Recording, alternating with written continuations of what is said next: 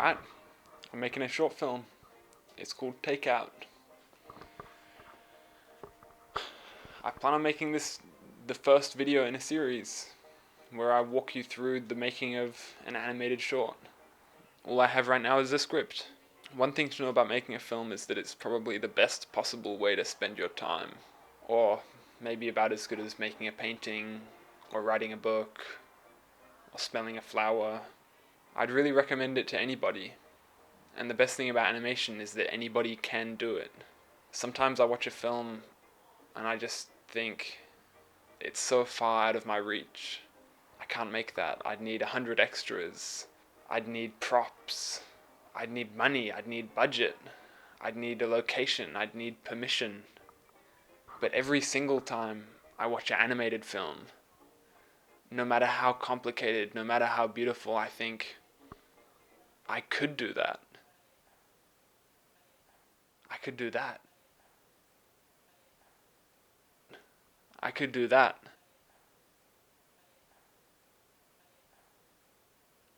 I could do that too.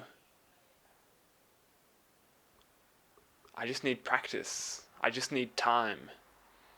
I need to learn more. And that's kind of what this is. I'm not here trying to teach you anything. I'm here trying to learn together. Trying to document my learning. It's kind of a journey that should go on forever.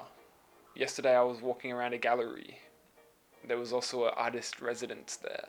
You could walk past their studios, get a glimpse in, see the artists at work. I can't help but put those kind of artists on a pedestal. They're there creating and living and creating for a living. I think how talented they have to be there. Meanwhile, I struggle to generate any interest in my own work. But then I noticed one of the artists in their studio was watching Proco, YouTube art tutorials. Big S-curve flow. It's a face that I immediately recognized. And I'm sure a lot of you people will recognize it too if you're on YouTube trying to learn how to make art. And I just thought, isn't that very, very interesting? These artists who I was just a minute ago putting on their pedestal, idolizing, they're the same as me. I think we're all really on the same page. Nobody's better than anyone else. And we're all learning together. And now I want to show some of my animations. I think I'm probably one of the best animators in the world. I'm really interested in sadness as a theme. Isolation. Companionship. The ocean. Food. Whimsy. No matter what kind of film or what kind of art you're making, you won't be able to resist the feelings that you feel and the thoughts that you think. Lately I've been thinking a lot about cutting my lawn. I got an email from the landlord about it recently, begging me to cut it. It's beautiful, beautiful and luscious, and we get visited every day by the bees. Sometimes butterflies come, and yet that's something to be ashamed of. Who are these people living in fear of the butterflies and the bees?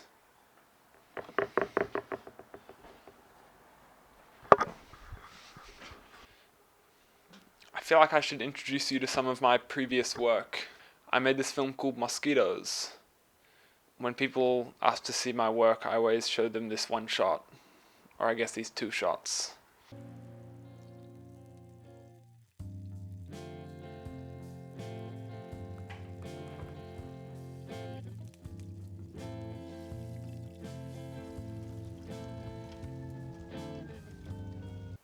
I know it's hard for artists to talk about how proud they are of their own work, but people should get used to it, including me. So I'm really proud of this, and even though I'm still improving, I'm still really happy with this moment that I've captured or that I've created. Some people watch it and they laugh. Some people watch it and they gasp.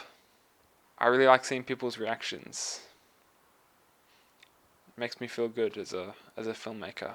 With Takeout, all I have is a script, which means that the world is my oyster. I can do anything that I want. I think writing is kind of the easiest thing you can do. All you have to do is put words on a page. You don't lose anything by writing. if you reach the end and you have a story that you don't like, you put it down, you write something new, maybe you'll love the next one. Oh my god, Loki. Doesn't he know that I'm trying to record this video? I think the best place to start is by looking at what interests you in your own life. The other day, I was on the train and this couple came in arguing.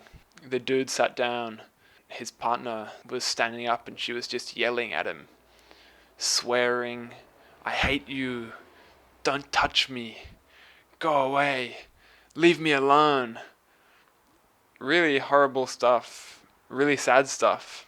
After a couple minutes, she got tired of yelling and she just sat down next to him and put her head in his shoulders and started snoring. A lot of what I'm interested in is sad people, people who want to love but maybe they don't know how to love, people who are desperate, people who are in need. I also have this experience on the train where I sketch people. I spend a lot of time sketching people on the train, and I really love it. There's just something magical about it. Drawing people who are kind of existing in their own world, looking at their phone, talking to someone, reading a book.